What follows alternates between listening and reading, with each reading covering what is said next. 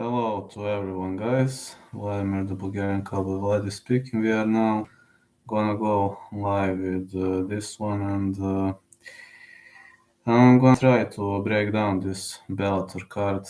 I will give my best, and pretty much looking forward to it, as I'm very much eager to say that this Bellator card is full of mismatches, but it's also full of potential surprises. So let's get it on. Let's get into the spirit of things, guys. I'm pretty much confident that this Bellator card is gonna be fun to watch for some of you. For some of you, probably not. But I'm pretty much looking forward to say that I'm very happy with this. This Bellator card, I will start right off the bat. Let me see the schedule of fights, and I'll go with fight by fight. Josh Augustine versus Josh Weston. I haven't seen this fight. Josh Augustine versus Josh Weston. Okay, I'm checking this right now. Where are you? Okay. It seems this is a new fight. Yeah, Josh Augustine gonna meet Josh Weston. Josh Augustine 5-0, 155 pounds. Josh Weston 8-11-0, 5.7. I'm gonna check this at Topology quickly. I need to see whether they changed the schedule, because Bellator sometimes comes too late with those stuff. Alright. Yeah, Josh Augustine 5-0, Josh Weston 8-11-0. Alright, Josh Augustine 6'1", 174 inches of reach, fighting out of St. Charles. Yeah, Shamrock FC, he defeated Thomas Thatcher. At LFA, unsuccesses against Ty Clark and Muhammad Jonaimov. That worries me because he was good in minor promotions. Josh Weston doesn't have good record, 5'8", 8'11". At Shamrock FC, he lost to Bobby Falker. I don't know, he wasn't losing to big names. I don't know how he reached the Bellator contract, honestly. Hello, man, how's everything doing?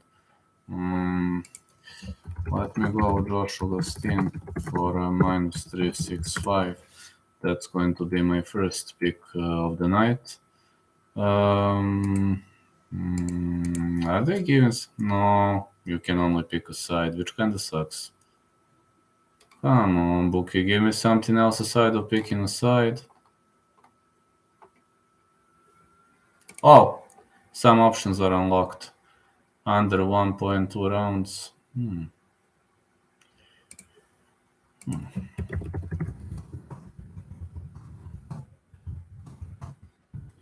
Augustine versus Weston over 1.5 is +150. I really like this odd, because I think actually Weston could injure. He is not that weak, you know. He might go the distance pretty much easily. So I actually like this odd.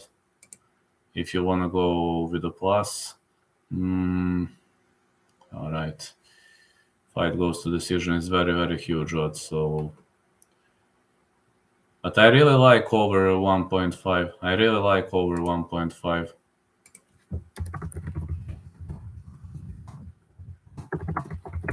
I really like that for plus value. So that's gonna be, you know, if you want to fish for plus, fish for that. Jordan Howard is gonna meet Trevor Ward, and I'm pretty much eager to say that on the piece of paper, Howard is 100% favorite. 10-5-0, yeah, Shamrock FC champ. Shamrock FC is okay promotion, but not the best in the world. 5'9", 70 inches of reach. This guy fought at Bellator. He defeated Johnny Marigo, lost to Brandon Phillips, Eric Ellington, fought in boxing back then. Then he's fighting Trevor Ward, 5'5", 6'1", 5'5" is his record. LFA, he lost to Ryan McDonald. I remember that this guy hasn't fought for 4 years. Lost to Kendrick Latchman, lost to Jared Brooks, lost to Shintaro Ishitavari. He was losing to big names. I mean, he hasn't fought for a while. These matches kind of scare me. Gadži Rabadanov, I don't know. I would pick against Gadži Rabadanov if you ask me. I would pick JJ Wilson. Jordan Howard versus Trevor Ward. Howard to win for -425, but I'm not sure. I'm really much not sure about this fight. I'm really not sure, as Ward hasn't been fighting for a while, so maybe he returned even stronger, or maybe his striking skills and grappling skills got worsened, which is kind of possible. And this is going to be the clash of two strikers. Jordan Howard will not be going for the submission. How much is Howard inside the distance? Howard.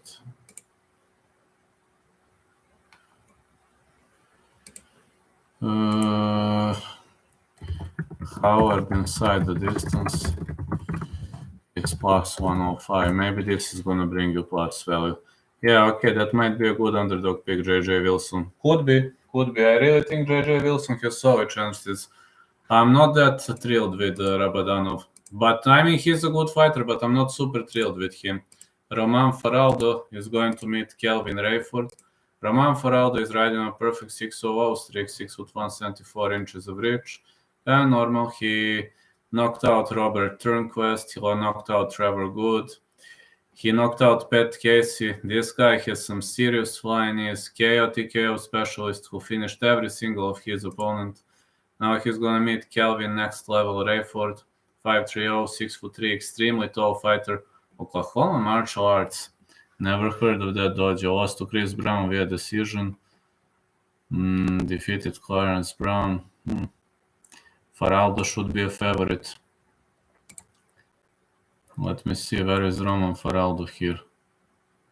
Roman Faraldo -1000. -1000. I like Faraldo KO TKO, but probably not going to be the greatest value you're gonna get, as those odds are not released yet, I guess. No, those odds are not released yet.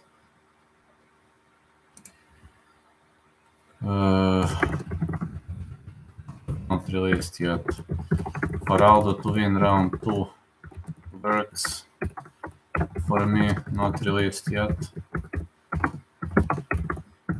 Faraldo inside the distance, -350. I mean, he's got 6 stoppages, so I'm not saying I'm right, just that would be the only one normal. Now, James Adcock gonna meet Cody Law.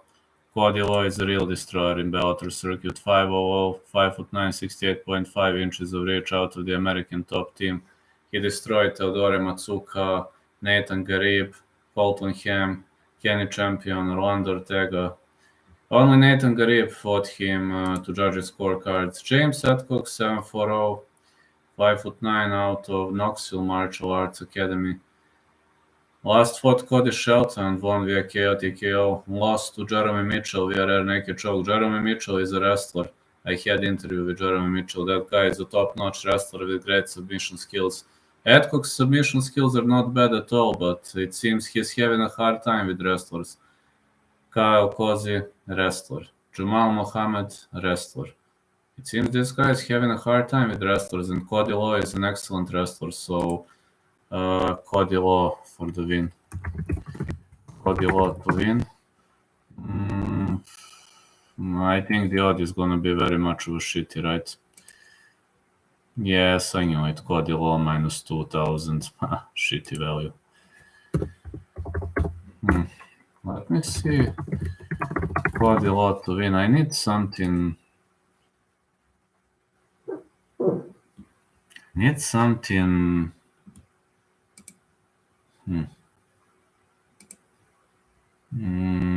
Goes to decision. Cody Law to win decision. Risky for +450, or Cody Law to win stoppage round 1. Not released yet. That's if you really want to risk in this fight. If you really want to risk, this sounds like it's worth of risking. Let me see who fights next. If this fight card doesn't change. Diana of Saragua gonna meet Kyra Batara. Diana of Saragua, Pantera is 4'0", 5'7", 65.5 inches of reach. Diana of Saragua outworked Gabriela Galfin. Gabriela Galfin is fighting at Bellator circuit right now. And she was better than Tara Graf. She defeated Anya Urchenkova. She was better than Alina Makarova.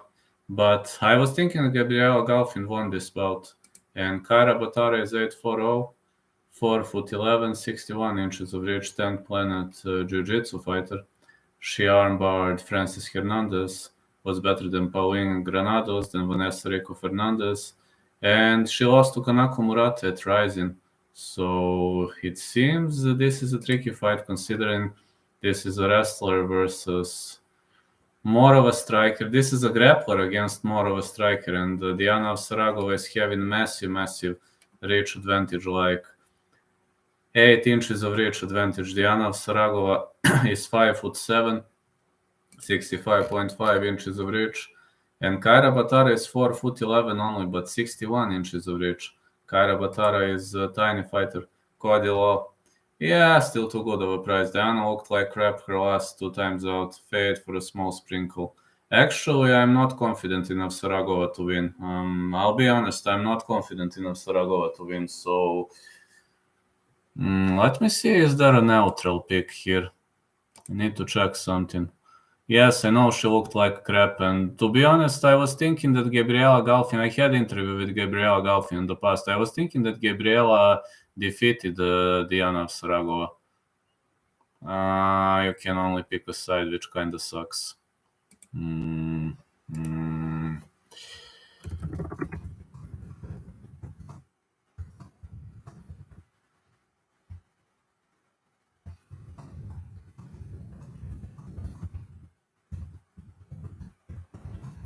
But not released yet. Risky odd Batara to win for plus 425. But problem with Batara is that she is a typical ground fighter and a grappler. Maybe she could pull this out against Saragua, but as much as I've seen of Saragua's submission defense is not bad at all. So at least from what I've seen, her submission defense is not bad at all. But fight goes the distance I like too. I don't know how much is the value, as my bookie hasn't released it yet. Romero Cotton versus Freddy Sandoval. Oh, another mismatch. Man, there's so many mismatches on these cards. Freddy Sandoval, 5'6", out of New Mexico. I've only watched his fight against this guy, Sidea Parker, or Sidea Parker, however you pronounce it. I don't know how to pronounce it. And I was not impressed by that loss. On the other side, Romero Cotton, 5'00", 5'10", 71.5 inches of reach. The guy choked out Justin Sumter. I had an interview with Sumter, and he said for Cotton that he is one of the strongest guys he has ever faced. Jason Perota, Willie Whitehead, Justin Reeser, Aaron Rodriguez, great wins. I think this is a big mismatch. Cotton to win. Unfortunately, odds are very much shitty.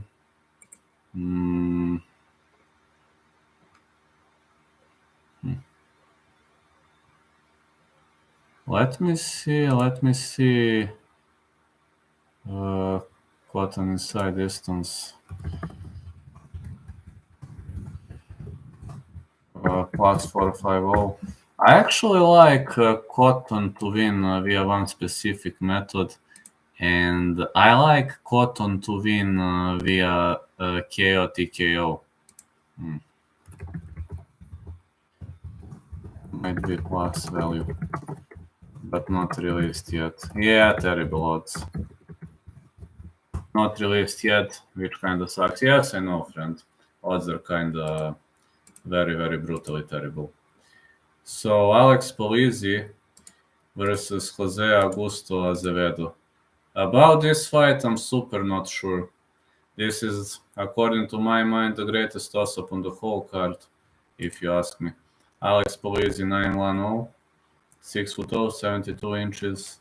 Chosen Few dreamed the guy outworked Grant Neal and Gustavo Trujillo. He destroyed Gustavo Trujillo via that straight armbar, lost via decision to Julius and Gizkas, but he defeated Rafael Carvalho and Jamal Polks. These are good names, very, very good names. I mean, never easy to defeat Rafael Carvalho. Now, Jose Augusto Azevedo is, I mean, Gugu is not a weak guy, 7'3", 6'3", 73 inches of reach. He's a nightmare, man. Believe me, this light heavyweight boy is a nightmare to majority of people. And he choked out Jose Santos. He choked out Jonathan Wilson, then lost to Anthony Johnson via that. I just think that cross was kind of an unexpected. I didn't see that cross coming. Alex Polizzi doesn't sound to me like a knockout artist, so this is the clash of two, let's say, very skillful guys on the ground, and Gizkas. Yeah, Polizzi is a bad matchup. I know. I like fight starts round 3.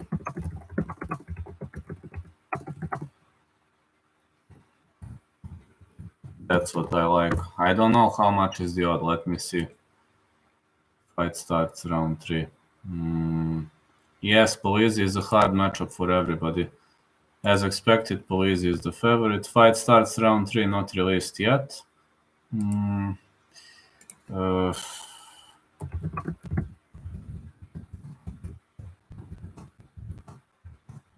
Plus 110, that's a good value. Over 2.5 is a very, very good value according to my mind. That's pretty much of a good value.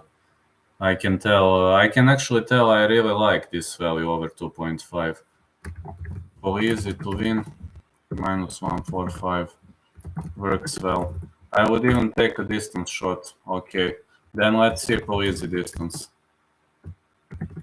Polizzi distance, okay. I think Polizzi distance is worth trying too. So Polizzi wins via decision.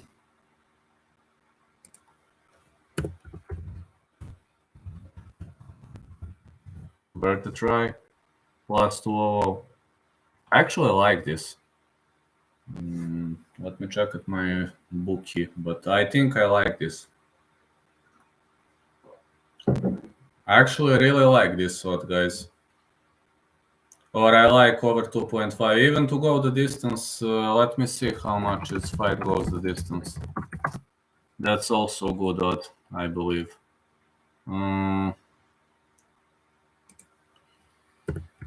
Plus 125. Small plate sprinkle. Yeah.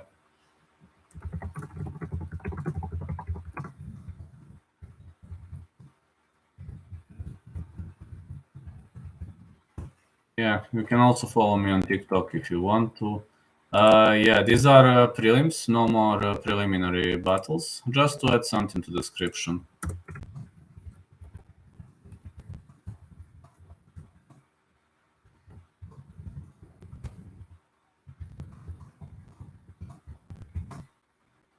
Yes.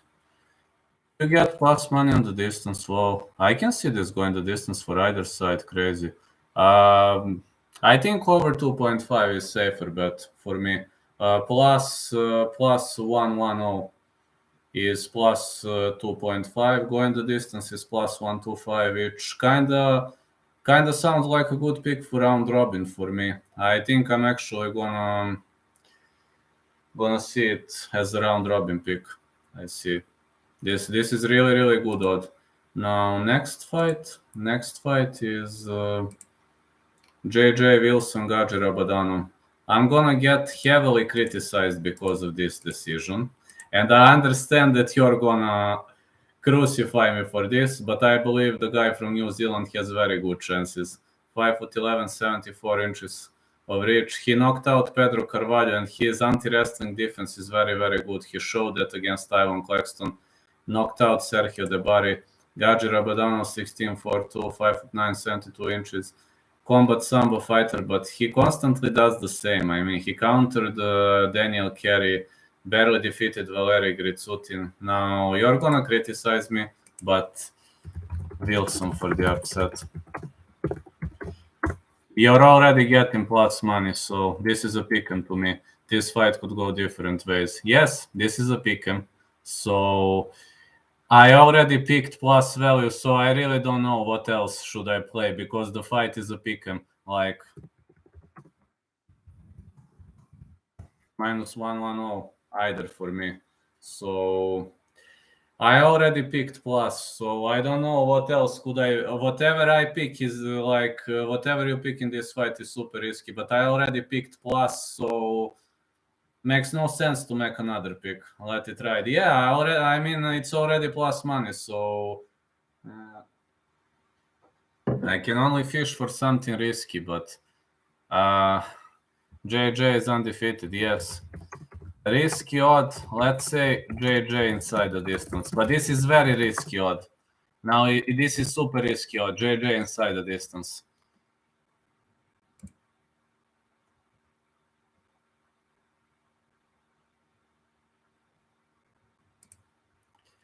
+275. Yes, Robert, Polynesians have good tier takedown defense, I swear. Yes, they do.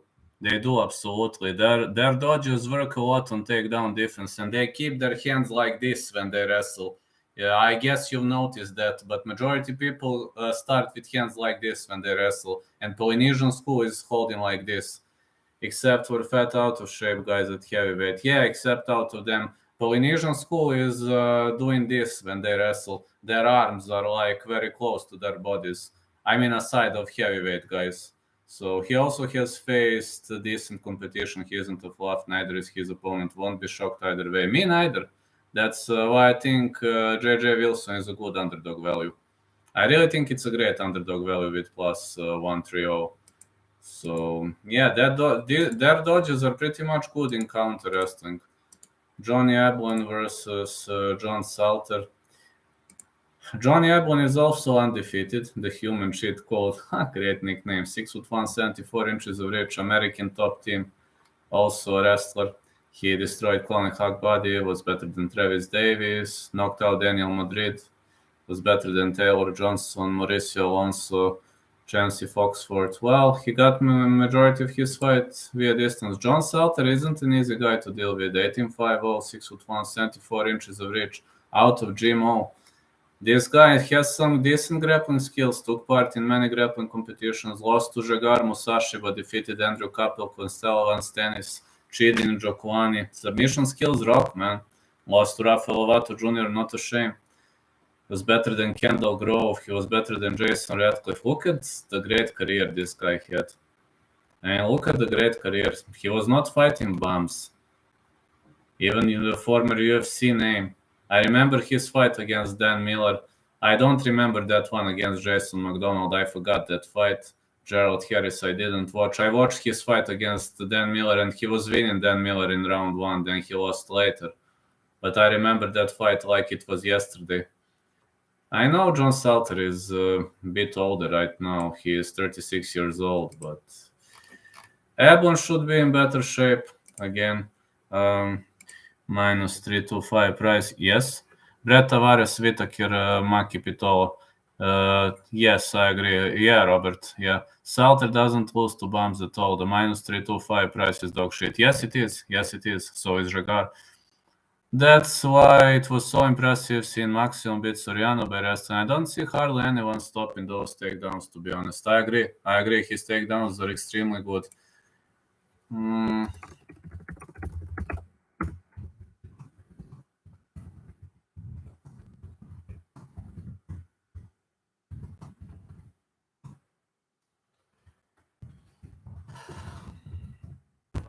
Fight goes the distance is also my pick. Let me see. Fight goes the distance. Okay, I need to find the odd. I know. What? What the heck?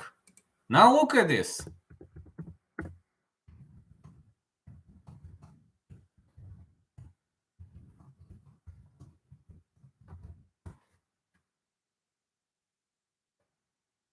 What the heck? This book is like... They think like Salter is fight is... They think Salter is bum. I would have to do over 2.5. Why not? But this bookies think Salter is a bum, man. Why are they underestimating the guy? The guy is a former UFC name. Yeah, I would take both also.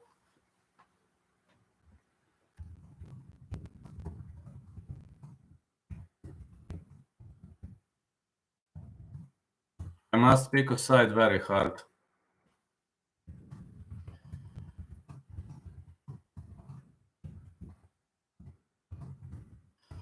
But it's okay, but I would rather go with over 2.5 or, or goes the distance. That's okay for me. I mean, goes the distance is like plus 125, man. That's a lot, man. That's a lot, and it's not easy to finish Salter. Like, why is he so underrated? Why? Because he lost to Jagar Musashi. Whoa, this is a 3-rounder. This is not a 5-rounder. Why is this guy so underestimated? Phil Davis versus Julius and Gizkas. 23-6-0 for Phil Davis, 6'2", 78 inches of reach. Lost to Yael Romero. Defeated Yael Romero, lost to Vadim Nemkov, defeated Leto Machida, Carl Albrechtson, Liam McGarry, Linton Vassell, Leo Leite. Great career on the end of this guy. Even a former UFC name with victories over Glover Teixeira, Vinny Magalhães, Wagner Prado, back in the old days of UFC. He even fought Antonio Rogerio Nogueira and won. Rodney Wallace, he won. He defeated Alexander Gustafsson. That's what we call experience. And now at 37 years of age, this guy is still riding on a roll. What a career. What a great career by Phil Davis. Julius Anglitskas, 10-0, great boxer. 6'3", 77 inches of reach. Anglitskas, according to me, is a better boxer. But I think Phil Davis is going to piece him up on the ground. But again, this could go either way. Anglitskas defeated Polizzi, Millard, Jordan Young via decision. So he is actually good in 3-rounders. 3 of the last 5 of Appleton's wins go 15 minutes. Actually, 4 out of 6. If we discuss Johnny Appleton, 4 out of 6 are distance victories. Now, Phil Davis versus Julius Anglitskas is a bit tricky, as Julius Anglitskas is very good in 3-rounders. Phil Davis on the other side might start to slow down, might start to fade, as he is right now, he is not at the golden age of his career anymore, if you know what I mean. He's right now dealing some issues because he is older, so I must say Phil Davis shouldn't be that big favorite according to my mind. I mean, after all, Julius Anglitskas fought for the title and he wasn't that bad against Borics. But picking Anglitskas is risky, but picking fight goes to decision, minus 200. Yes, lines are very much off.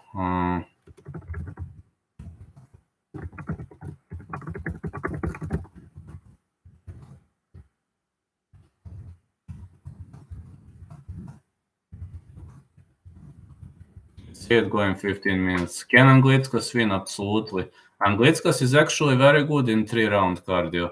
His problem are championship rounds. You've seen how he started to slow down against Nemkov in round 4. His problem is championship rounds, not 3-rounders. And Davis used to be a cardio beast, but not anymore. Unfortunately, not anymore.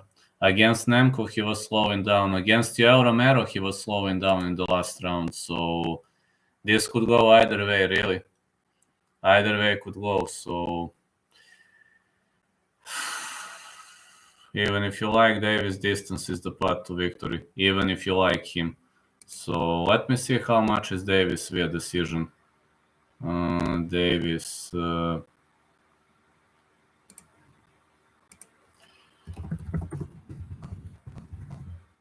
Yeah, hard to knock out Julius. I take Anglitskas for plus. So, how do you mean who I got for which fight? For this? I'm gonna go with Anglitskas, man. Fight goes the distance for Anglitskas to win. Anglitskas is plus 270. for co-main. Fight goes the distance for Gizkas to win, and I'm taking Gizkas only because the line is very shitty on Davis, like -350, and even Davis via decision -110. It's like why the line is so shitty? I mean, Gizkas fought for the title and he gave Nemkov a hard time until round 4, and Gizkas is not gonna guess out in 3-rounders. If it's a 5-rounder, it changes everything, but I must say that Phil Davis is also not a cardio machine like he used to be. So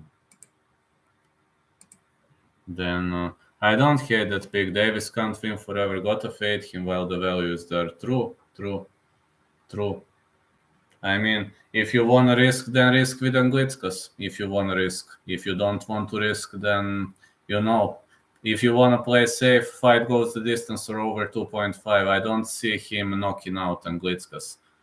UFC co-main. Who cares about Bellator? UFC co-main, who I have? UFC co-main Song Yadong. I've got Song Yadong to win. And now let's see Bellator. Borics Burnell. Borics versus Burnell. For UFC, Yadong to win or the fight will not go the distance. Borics versus Burnell, no distance is my pick. So it's gonna be no distance. Hold on. Just a second, guys.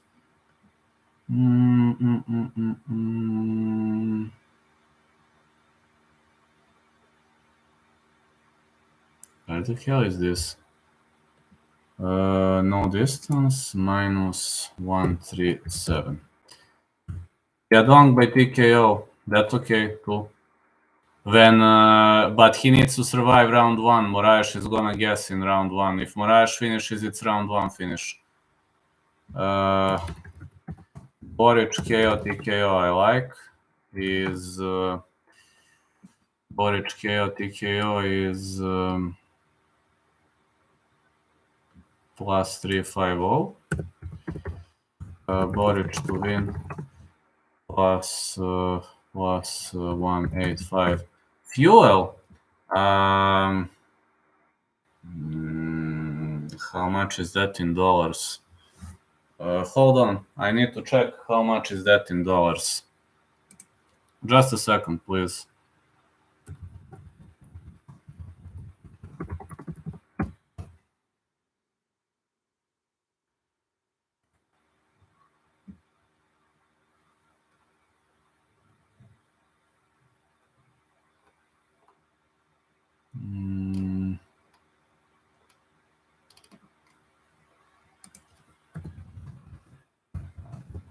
I'm converting now.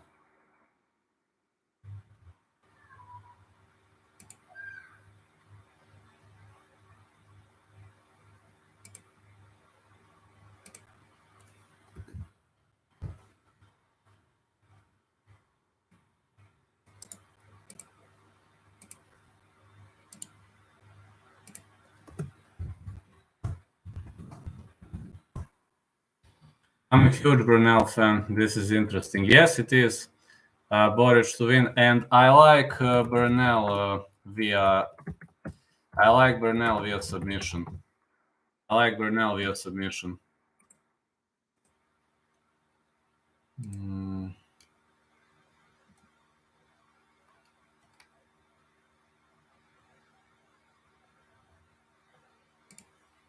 Plus 185. $1.67 is fuel here. Does your bookie let you hedge like that? Yes. If I go and ask, he will let me. But I only put money in Murzakaev to win and then Kalaev to win. That is my parlay for the upcoming week. Similar price to Poland. Thank you. Similar price. I was thinking that Serbia has the most expensive fuel in Europe, and whoa, ouch. Fuel is extremely expensive here, unfortunately. So similar price in Poland. Whoa, man, that's not good. That's really not good.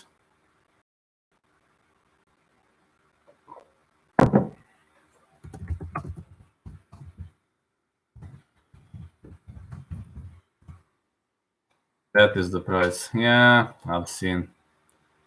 Man. In Poland, about 1.72. Oh, man, that's a lot. That's a lot, man. That's really a lot. That's really a lot, man. I mean, here is fuel expensive for the last 7, 8 years.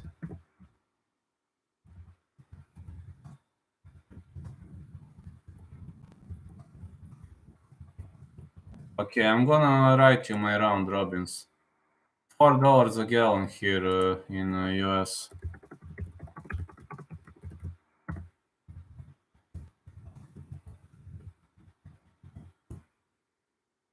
How much is a gallon? I mean, how many liters? 1 gallon.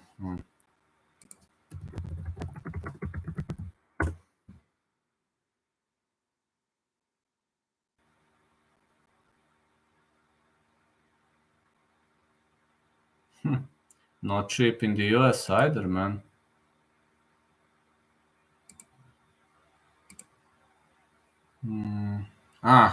Okay. For still cheap and then here.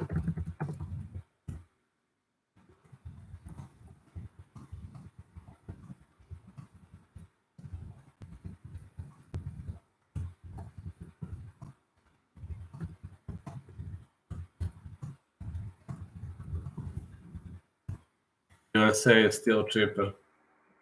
1 liter in USA is around 130 dinars from Serbian money, And in my state, 179 1 liter in Serbian dinars, which makes no sense. It has to travel further to get here. Yes, I know. It absolutely makes no sense. But in Serbia, fuel is brutally expensive for the last 7, 8 years. Fuel is like brutally expensive here. So believe me, fuel, we have one of the worst fuel prices in the whole world. I don't know why fuel is so expensive here. I really don't know why, but for the last 7, 8 years, fuel here is killing us.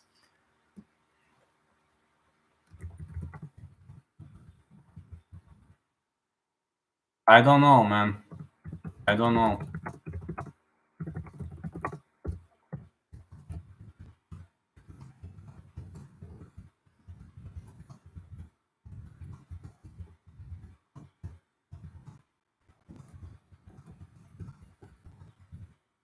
Now at least we are even, but don't worry, it will climb up. No worries, it will climb up.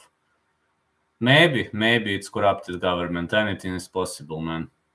I mean, I was always impressed, like why Serbia has the most expensive fuel in Europe and in Bulgaria. Uh,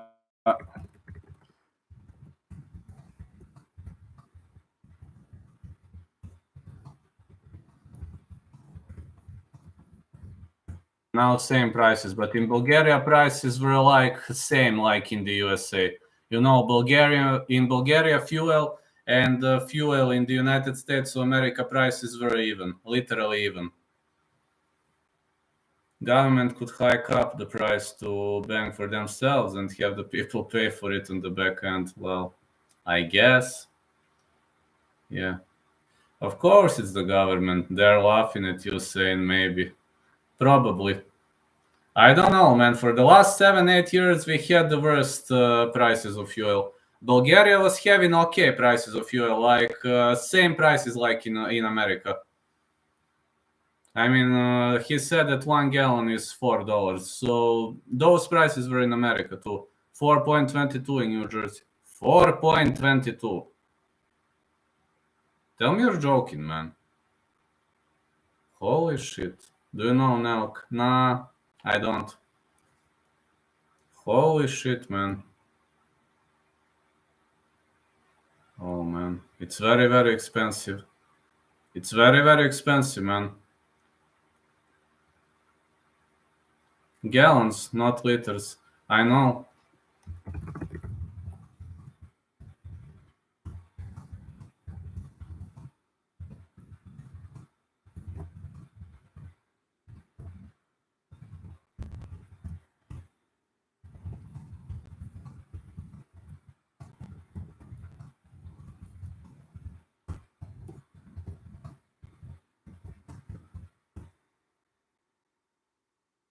20 years, 4.22 per liter will be a bargain. Yes, I know, man.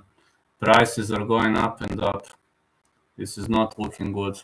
Not looking good at all, man. I'm worried, I'm not gonna lie. I'm very much worried.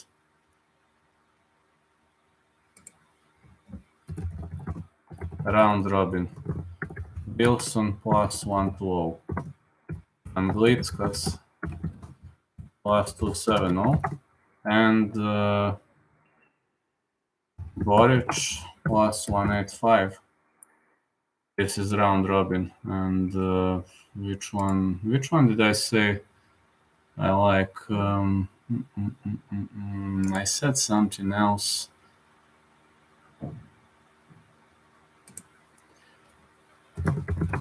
If you want 4-pick, add Eblin versus Salter goes the distance. Yeah, prices in Bulgaria were very much similar to prices in the United States of America until like 2 weeks ago. Then prices skyrocketed. Prices are like super huge here.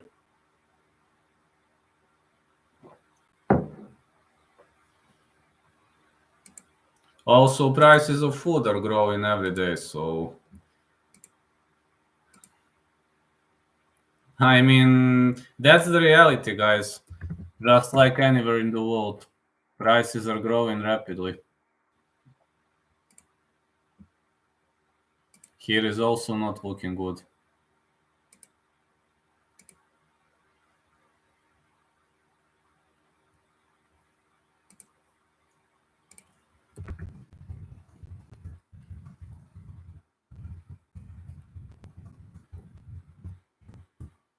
How much is fuel in England and Ireland? You really like Borics over Burnell? Well, for round robin, it's worth to try. I like Burnell via submission, but for that fight, I would rather go fight not going the distance. Either Burnell gonna get knocked out, either Burnell gonna submit him. So I don't see any other pick. I think Burnell might submit him. And if I'd risk, I would risk with Burnell submission or Borics KO TKO. If I don't want to risk, I would say fight not going the distance. I see it as a pick'em because Borics knocked out good wrestlers in the past. He knocked out Theodor Nikolov and Daron Pico via flying knee. So that's one of the reasons why I'm kind of scared for this fight. Mats Burnell has very good boxing. Borics has excellent mouth tie. If the fight gets dragged to the ground, advantage goes to Mats Burnell. Absolutely. If the fight remains standing, slight advantage on the end of Adam Boric. But I'd go with no distance. If I don't want to risk, I would say the fight will not go the distance. But either Boric submission either Burnell submission or Boric KO TKO would be my pick for that fight. Hope. Mats Burnell should never have been let go by the UFC. I think Burnell is a value fighter. I don't know why they let him off the hook. Maybe they didn't like his fighting style. I don't know. He wasn't a bad fighter. I mean, I really enjoyed his fights. He was not a boring fighter, if you know what I mean. Never seen Mats as a boring fighter, but it seems then I was thinking differently.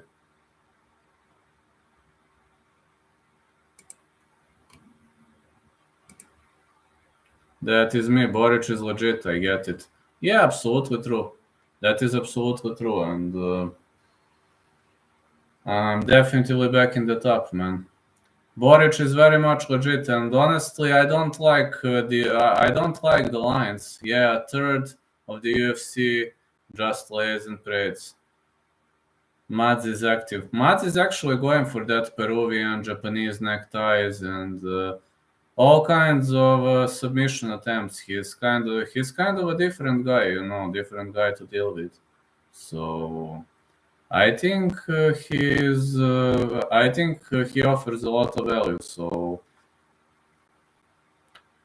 but I think the line should be closer. when it comes to Mats Burnell, you know, I really think the line should be way, way much closer. As I see Burnell as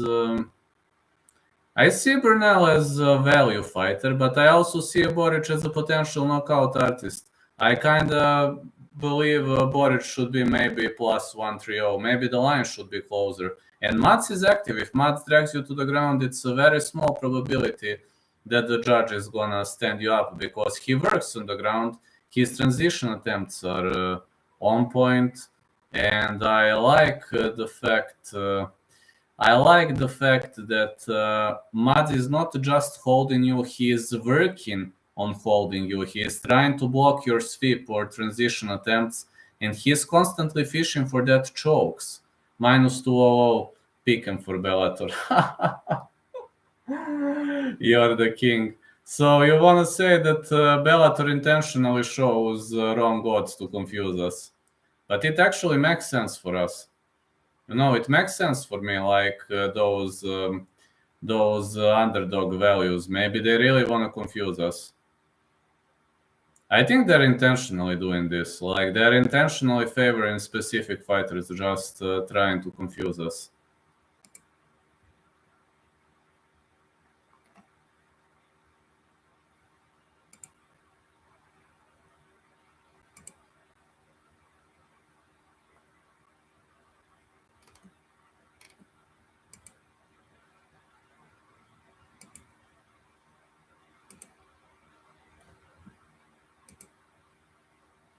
Yes, they always have crazy lines. So Bellator is actually good for underdog picks. I mean, if you want to risk with the underdogs and with underdog picks, Bellator is actually a good place to be. I really see Bellator as a good place to be if you're a die-hard risking addict. If you like risk and if you like weird odds, if you like weird bookies, Bellator is a place to be for you. Then Bellator is a place for you, really much of a place for you. Also PFL is stacked with strange odds. Like, do you remember when Clarissa Shields was a super massive favorite? Do you remember when Clarissa Shields was a super massive favorite over Abigail Montes? Mm.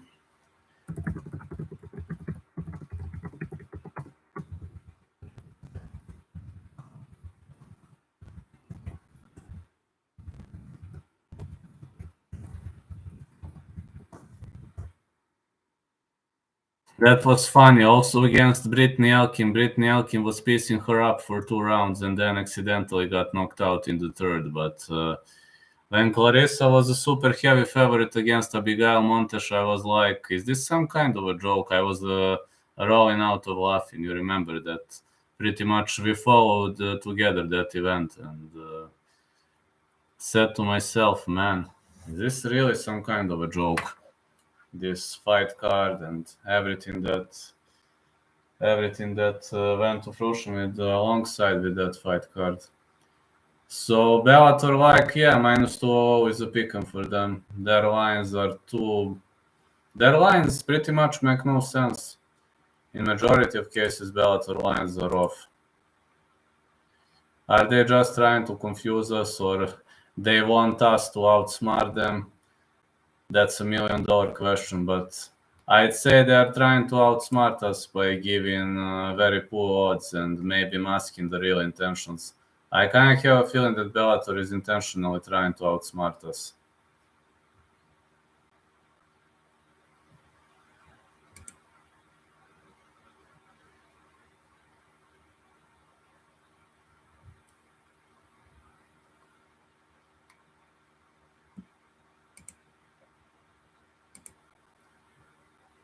Not this week, but some weeks. There was a card in November or October that was crazy. Mahmoud Fozi Sebi was like minus 1500 and got finished. You could have had Ethan Jones for plus 18850. Ethan Hughes, yeah. Also,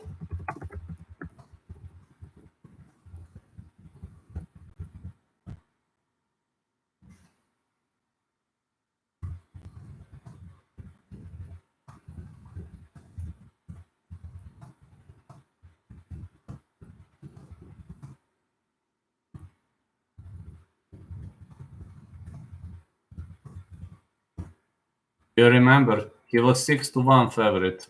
Do you remember that when Pico was 6-1 favorite against Henry Corrales, and then he got knocked out? I mean,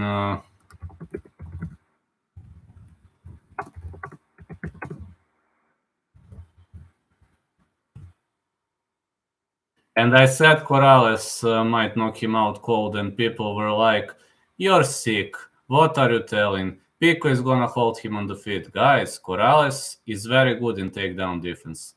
He's very good, and Pico's takedown offense attempts are very much predictable. He's telegraphing. Don't just telegraph, man. I mean, now he's not telegraphing, but he used to telegraph a lot in the past. He was really telegraphing too much, and that's... Hello, Andre, how's everything doing? Like, I'm not Pico's hater, don't get me wrong. The guy has good wrestling, but when you want to shoot in, mask takedown attempts, man. Move to the side, lean to the side, do anything to mask your takedown attempts, man. Just do something to mask, don't...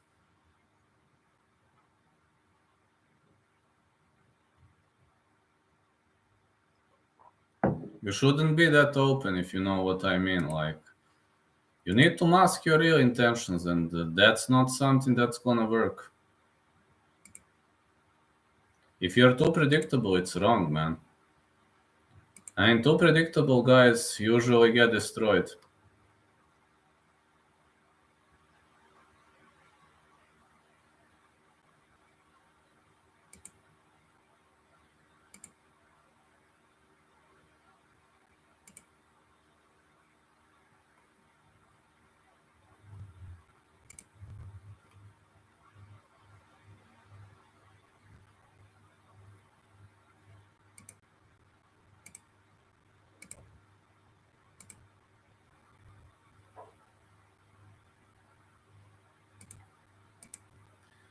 Aaron Pico is back on the rise. Oh yeah, he's cleaned up a lot. Well, he's moving sideways now. He's fainting a lot now. He's not that unexperienced kiddo anymore, but I'm just saying, in Bellator, there are so many guys. There are so many guys in Bellator who don't go sideways. There are so many guys who only step drag forward and step drag backward, which kind of doesn't work well. I mean, there are moments when it can work, and there are moments when it cannot work. And we're right now in the era where it's not going to work. Unfortunately, we're in the era when it's not going to work, where it's not popular. You must lean sideways, man. Lateral movement is important, and people underestimate the importance of lateral movement. That's something that pretty much irritates me. That is why MVP has had a lot of success in Bellator. Well, yeah, MVP is just marching down one line. For the first time, when he faced a guy who knows to move laterally and cut off the angles, he was knocked out. Venom is extremely fast fighter, and his gazelle punch is one of the best gazelle punches I have seen in the world. But man, you can't walk down the straight line. That's terribly wrong. This dojo, where I go to train and learn counter wrestling, their coach frustrates for two things. First thing is when you intentionally put your hands down inside the pocket or when you're at mid range. That's number one. Number two, when you're standing like a sitting duck, when you constantly do step drag forward, step drag backward, he goes crazy, and it makes sense because if you're standing like a sitting duck, you're gonna get your ass whooped, which is kind of normal. In any normal promotion, if you're standing like a sitting duck, you're gonna lose. But it seems in Bellator, guys who constantly move forward, backward are pretty much successful, which is kind of strange, at least to some point. It's very much of a strange thing to me. He's very good at using an opponent's momentum with his power. He keeps his hands down and lines his body the way he does to disguise his movement and the speed and that speed. Yeah, that's true. Same like Bobby Green in the UFC. Bobby Green is holding his hands down. Prochazka is holding his hands down, but his lateral moves are extremely good. Prochazka doesn't defend face too much, but his pressure moving forward and sideways is outstanding. He's cutting off angles outstandingly. Whatever you do, Prochazka anticipates your moves. And that's something that works in the UFC because his lateral moves have evolved and his lateral performances have transitioned to the next level. And that's one of the reasons why Prochazka has so great levels of success in the UFC.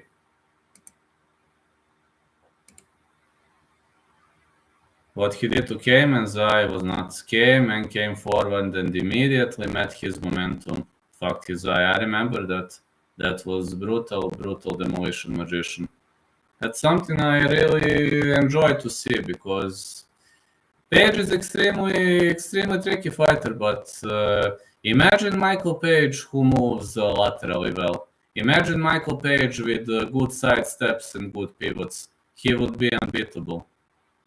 I mean, he is extremely fast fighter, but imagine Michael Page with great lateral moves. He would be unbeatable. All this being said, MVP is going to be in trouble in the title fight. Absolutely. When he meets a man who knows to move laterally and cuts off his angles, he is going to be in a big problem, especially considering the fact that Bellator bouts are evolving too, and Bellator fighters are not dummies anymore. I mean, they are dummies until they reach top 10. When they reach top 10, everything changes because you have so many experienced fighters who come from different promotions, who work with different coaches. In Bellator, the accent is put on wrestling and explosivity, and it's gonna change in the years to come. It can't stay. This wrestling explosivity, it can't stay because MMA is changing. Yaroslav Mosov. Well, Yaroslav Mosov is a great all-rounder. After all, Yaroslav Mosov stayed in his homeland to defend it. I mean, that guy deserves a lot of respect. He knows that his sports career is at stake, but he chose to stay and defend his homeland. Well, I just hope he's gonna survive, man. Yaroslav Mosov is one of my favorite fighters, and he doesn't want to escape. It scares me, man. I just hope Mosov is gonna survive. Amosov has always been very patriotic, and I'm not surprised by that move because that's something we could have expected from Yaroslav Amosov because Yaroslav Amosov has always been a huge fan of his state. I think he's going to fuck up MVP. Well, I hope so. I hope so. He is going to survive Ukraine war, so if Amosov meets MVP, of course, I'm gonna pick Amosov. But man, Amosov is now defending his homeland, and I hope we'll see Amosov inside the octagon again. He refused to leave Ukraine, which is like hats off, man. Pretty much hats off. That's a move that deserves a lot of respect. When I've seen Amosov said, "Listen, I'm staying," I was like, man, way to go. They are supposed to fight in May. Not gonna happen, man. Amosov refuses to leave Ukraine, so you can forget about that fight. Sorry, man. Amosov is refusing to leave Ukraine. He said for newspapers that he is going to battle for the homeland of his state, so unfortunately, I don't see that match happening. Amosov is pretty much person on point. When he decides something, he's not gonna change his mind. So I think we will see a new opponent for Michael Venom Page. When Amosov says something, he's gonna stick to his word. He doesn't want to leave. He said, "I'm gonna stay and fight." So, and I have a feeling that this war is not going to end soon. So sometimes the best way to fight back is to live your normal life and inspire your country with your gifts. Sometimes that's what Marina Moros does, but Yaroslav Mosov not. He took the rifle, He went on the battlefield, and I don't know what's happening with him, honestly. I hope he's fine. I hope that guy is fine. But maybe that was the last time to see Yaroslav Mosov in the ring, but I hope we will see him again. I really want to see him fighting again because his sambo skills are simply out of this world. And I really enjoy looking at Mosov fighting. So, but I respect his decision to fight for his state. That's a decision everybody should respect. So that's it. All right, guys, I need to go now.